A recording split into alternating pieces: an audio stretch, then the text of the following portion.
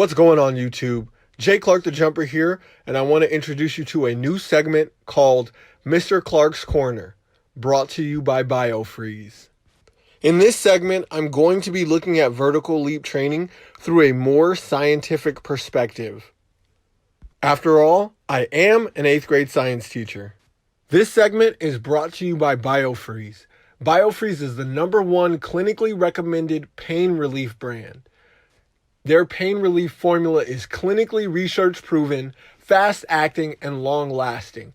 It provides temporary relief from many aches and pains such as sore muscles and joints, sprains, strains, and bruises.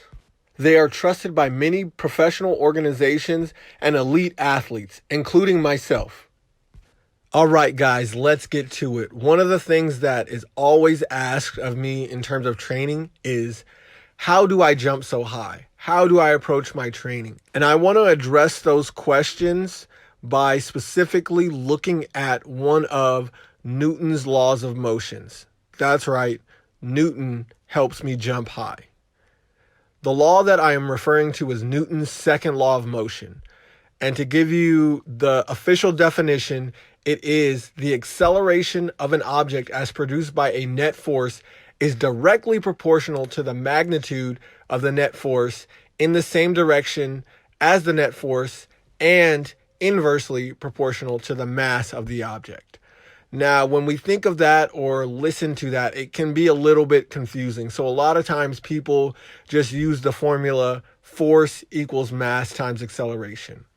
In terms of jumping, I want us to look at it from the formula of acceleration equals force divided by mass. And I will explain why. When you think of jumping, jumping is an acceleration. You are accelerating upwards. So we're really looking at how to produce a big acceleration. How do we accelerate as fast as possible off the ground? Because that's going to equal a really big jump. So when we're looking at acceleration, it is the force divided by the mass. Now, when we think of force, we're thinking of the force that our muscles produce to apply to the ground, and it's divided by our mass, how much we are going to actually weigh. So when I look at my training, the big thing that I'm really focusing on is manipulating this formula. I want to get that force number to be as big as possible, and I want to get that mass number as small as possible. That's why when I look at my training, a lot of times I will talk about strength to weight ratio. And what that means is how strong can I be versus how light can I be while being that strong. So just to give you guys an example, in 2016, I believe, I had an injury in Dunk League Season 1 where I sprained my ankle. And I was kind of immobile at the time. I couldn't really run and do a lot of things, but I could go in the gym and I could lift. And because I was lifting from a stationary standpoint, I got really strong and I started to gain a lot of weight because I wasn't able to do the cardiovascular training that I would need to kind of keep my weight down. I think I got as heavy as 190 to 195 during that time. And my strength numbers were through the roof. I was comfortably back squatting 400 pounds for reps. I was able to deadlift 500 pounds conventional raw, so no straps or anything like that. So being strong didn't necessarily transfer to my dunking, because once my ankle got better, and I understand there's a couple of variables that go into that, but once I started getting back into dunking, I was not jumping as high as I thought I would because I was getting stronger. It's that proportion of the force that you're able to apply versus your mass. And I noticed once I lost, I think it was about 10 pounds or so. So I got to 185. I was jumping back to my normal level. And I didn't really lose too much strength, but I just noticed for me that balance came between being able to lift a certain weight, but also keeping my weight down. Now, when I was training for the Olympic trials in 2012, I went the other way. I was losing weight. I think I was as low as 165, and I jumped really well a couple of times in practice. I think I had some short approach jumps of 53 feet, but I wasn't able to sustain that strength because I was, for a lack of better words, malnourished at the time. I wasn't feeding my body enough to perform optimally. So it's a really tricky balance to kind of play with, but you really need to be in tune with this acceleration equals force divided by mass. So that force divided by mass is going to be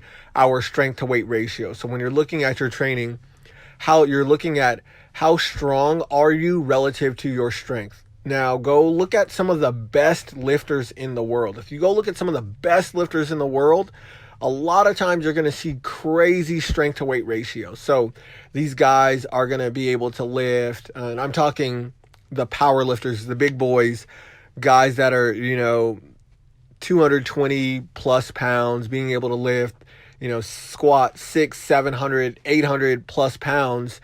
When you're looking at those guys, you would think they would be some of the best jumpers in the world, but that's not the case, because it's not all about just having that crazy ratio. It's applying it at the right times and in the right positions. So focus on that strength to weight ratio, but don't let it completely dominate your training. So it's not, I'm not telling you guys to go out and, have a 3-to-1 squat to weight ratio. So let's say, for example, just to keep it simple, you weigh 200 pounds.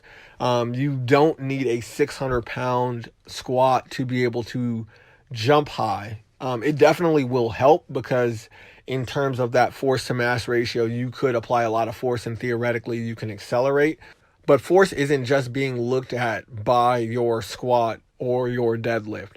These numbers in the weight room are a good indicator, but they aren't the end all result. So with that being said, once again, we're looking at Newton's second law for your vertical leap training. Acceleration equals force divided by mass. So it's the force that you can apply in relation to how much you weigh. And typically in the weight room, it's going to be looked at via strength to weight ratio. I currently weigh about 180, and that's because I just had knee surgery. So when I kind of start getting back into my training, my goal is to peak off weight-wise about 185 and just get as strong as possible. If I notice I'm gaining weight while I'm getting stronger in the weight room, I will definitely back off some of the training and really focus on managing that weight. And it's really just trying to find your ideal weight, because everybody's body is different. I hope this helps. If you guys have any questions, please leave comments below. I'm going to provide a link to BioFree so you can check out their product as well. And I really hope to keep making more of these segments with Mr. Clark's Corner. Have a good one, everyone.